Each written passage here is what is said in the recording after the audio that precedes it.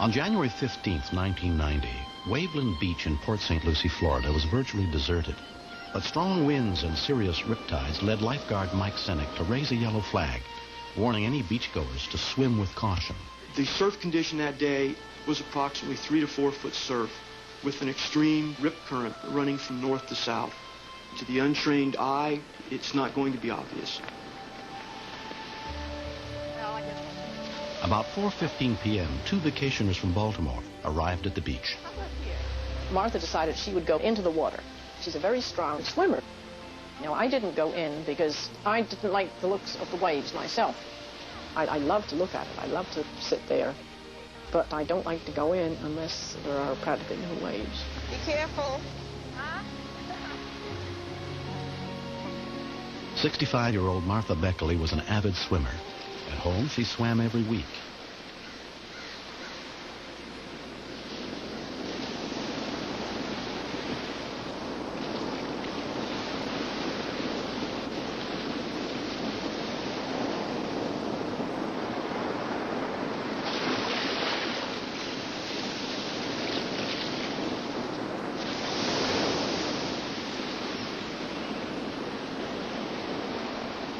While Martha swam, her friend watched from the shore.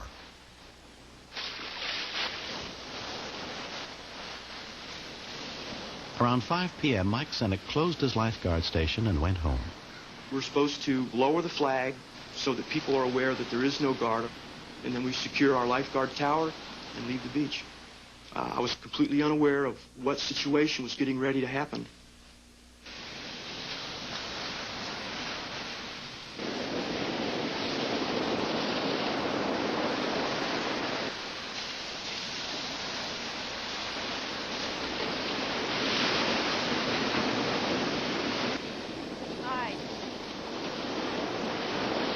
I went up on the steps because I saw some other people there, and I was talking to them to pass the time away, but keeping an eye on Martha.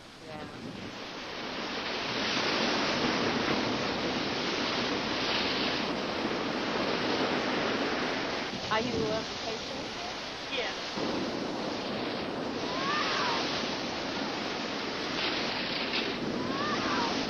Strong.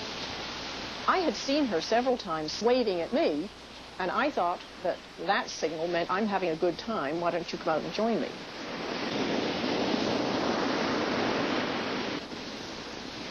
I realized there was nobody on the beach and that Martha was the only person in the water.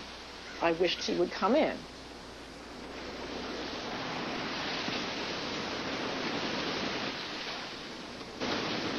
Finally, I think she got to the sandbar and she waved to me and she said, "I need help."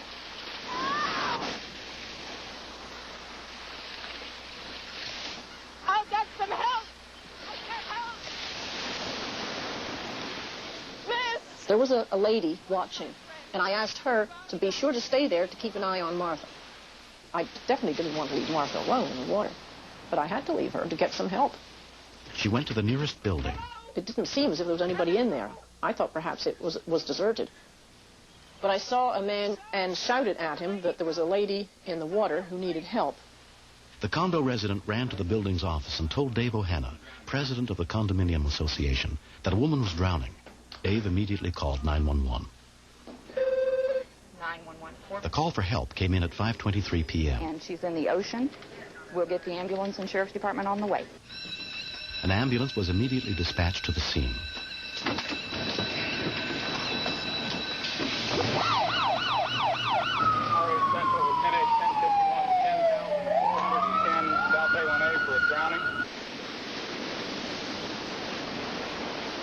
Our maintenance guy, Bill Johns, was there helping Bud Williams, the mover.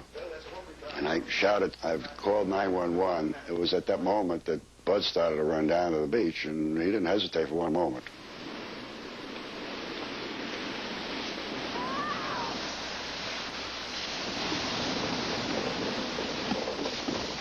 He ran off the dune walk down to the beach, took off his shoes and his shirt and jumped in without looking back.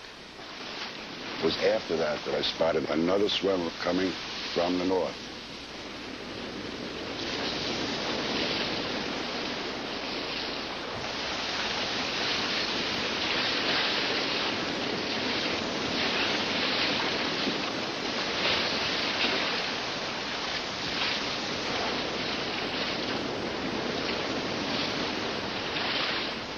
Together, Bud and the other man managed to keep an exhausted Martha's head above water. But they, too, were caught in a strong riptide that was carrying them all out to sea. It's a terrible feeling of frustration to not be able to help somebody. I was concerned that they weren't going to last until the rescue people got here.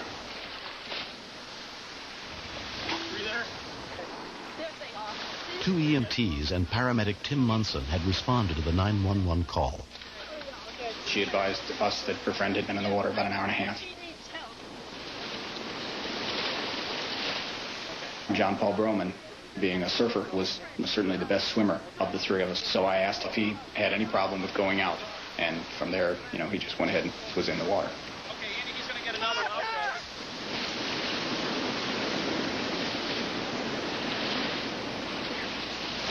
We called our central dispatch by radio and advised them that we were going to need a boat because the water current was too strong. It was still obvious that with 3 people out there, someone else was going to have to go out. The Coast Guard was contacted, but their nearest cutter was 20 miles away. My perception was that the paramedics were in trouble, too. And I knew if that had depended upon that Coast Guard cutter to get here, you can forget it, because I know how long it takes to get here from Fort Pierce, especially in those kind of seas. John Paul was all the way out to the 3 people before I even got into the water. And that's partly because of that riptide. The current actually took him out to them.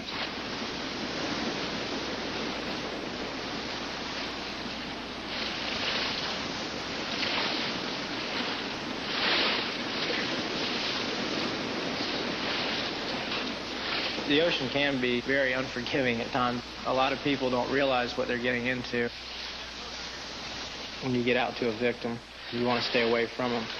Because when somebody's panicked in the water, and they're going to push anything they can down to stay up, which if they got a hold of you would be you. I told them just to keep kicking while they were floating on the buoy and just to try and help me get in. Bud said he'd been moving all day, and he was very tired. He was scared. He had some fright in his eyes. She was just wore out because it had been such a long time. Though Tim Munson had helped one man to shore, John Paul was still struggling. It was difficult to try and swim 2 people in, more than I imagined it would be. EMT Andrew Sampson also headed into the rough surf. Even at that point, I felt the strength of the current. I wouldn't normally go out in these conditions and swim. I gave Bud Williams both the buoy and the life ring. He gladly accepted that. We started swimming. We gained 10 feet and then lose about 8 feet. It didn't at first seem like we were making any ground at all. A good way to get out of one of these is to swim at an angle at the beach, and then sooner or later you'll end up getting out of the rip currents.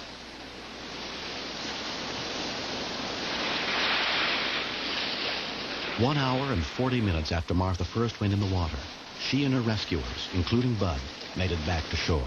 I didn't anticipate they would get them in. It was more the intent to keep them above the water until the boat arrived. Andy and John Paul, by going south with the current, were able to get to an area where the riptide wasn't as bad, and so the boat wasn't necessary. The patients were both completely exhausted. We had to essentially carry her out of the water. It was a day Bud Williams would not soon forget. I was taking everything I had to hang on, and her too. This wasn't my time then. I'm thankful for that. But, if the situation ever come up, I'd do it again. I was going to try to save her if it took my own life, too. I'd have stayed right there to the end with her. We need something to wrap around. I evaluated Martha real quick. Her pulse was good and strong. She was very cold to the core.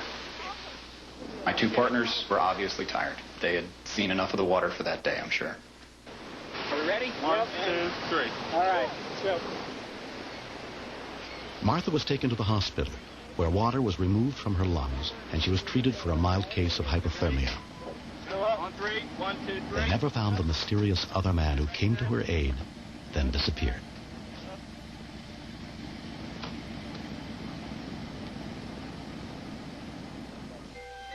Martha will always hold a special place in her heart for all the men who risked their lives to save her. I don't have words to express how thankful I am. I'm just glad that I'm alive. Yeah. You'll have some regular water, no seawater this time, right?